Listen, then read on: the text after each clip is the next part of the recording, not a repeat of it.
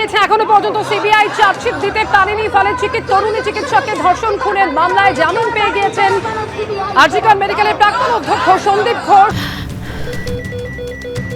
ক্যান্সারে নেই আর ভয়, NCRI হবে এর জয়। আপনাদের ভরসা নেতাজি সুভাষচন্দ্র বোস ক্যান্সার হসপিটাল এবং টালা থানার প্রাক্তন ওসি অভিজিৎ মণ্ডল এবং তারই প্রতিবাদে আজকে বিক্ষোভ। একদিকে কংগ্রেসের বিক্ষোভ নিজাম প্যালেসের সামনে, অন্যদিকে সল্টলেকে SUCI বিক্ষোভ দেখাচ্ছে, মিছিল করছে তারা।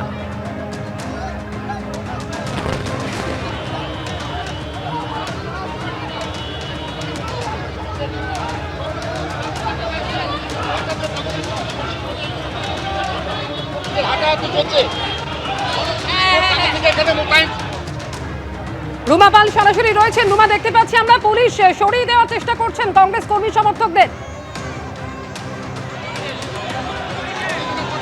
দেখো, রীতিমতো ধস্তাধস্তির অবস্থা। এখন পুলিশ সরিয়ে দেওয়ার চেষ্টা করছেন কর্মী সমর্থকদের, কিন্তু তারা এখানে রয়েছেন এবং নিজাম প্যালেস একদম গেটের সামনে এই বিক্ষোভ চলছে এবং এই বিক্ষোভের জেরে কিন্তু একেবারে বলা যেতে পারে যে একদম যে এই রাস্তাটা, যেটা আচার্য প্রফুল্লচন্দ্র রায়, যে এই রাস্তাটা পুরোপুরি বন্ধ হয়ে গেছে, গাড়ি যাতায়াত করছে না।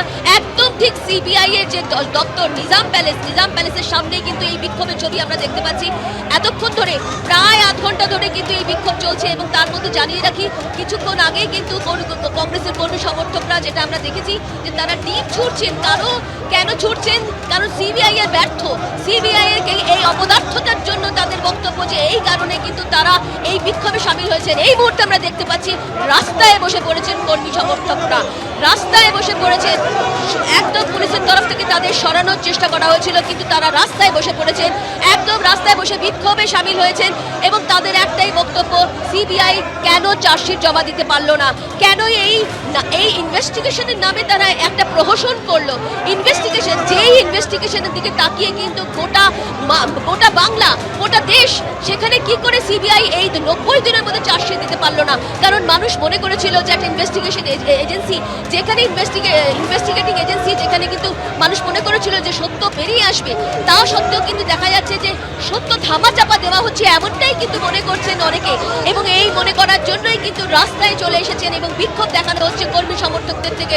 একদম যে কংগ্রেসের এই মুহূর্তে আমরা দেখতে পাচ্ছি যেখানে আশুতোষ চট্টোপাধ্যায় রয়েছেন এবং শুভঙ্কর সরকারও রয়েছেন, তারা কিন্তু এই বিক্ষোভে সামিল হয়েছেন। কর্মী সমর্থকরা রাস্তায় বসে পড়েছেন এবং পুলিশ এখান থেকে সরানোর চেষ্টা করছে, কিন্তু কোনোভাবে এখানে এই মুহূর্তে কিন্তু সেই ছবি দেখতে পাচ্ছি না যে তারা এখান থেকে সরবেন। তাদের একটাই বক্তব্য যে কেন এই শুধুমাত্র যে ইনভেস্টিগেশন করা হলো, কেন, কি কারণে একদম আর্জি করে যে ঘটনা, যে পৈশাচিক ঘটনা, সেই ঘটনার কিন্তু তদন্ত হওয়ার পর কিন্তু এই পরিণতি কেন সন্দীপ ঘোষকে যারা গ্রেপ্তার করা হয়েছিল এবং তথ্য প্রমাণ লোপাটের জেরে তাকে যে গ্রেপ্তার করা হয়, কেন চার্জশিট জমা দিতে পারলো না? কেনই বা সন্দীপ ঘোষের মতো যার দিকে একদম অভিযোগের তীর ছিল তার জামিন হয়ে গেল এবং সিবিআই এর অপদার্থতা এবং সিবিআই ব্যর্থতার জন্যই কিন্তু এটা এমনটা হয়েছে, এরকমটা বলেই কিন্তু তারা একদম কংগ্রেস কর্মী সমর্থকরা একদম বলতে পারি একদম সিবিআই এর যে দপ্তর নিজাম প্যালেসের সামনে কিন্তু তারা একদম রাস্তার সামনে বসে পড়েছেন, বিক্ষোভ দেখাচ্ছেন।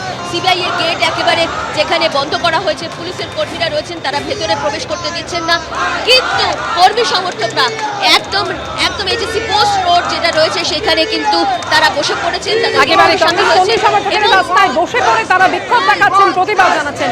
সঙ্গে থাকো Ruma. We want justice! We want justice! We want justice! I want justice! You want justice!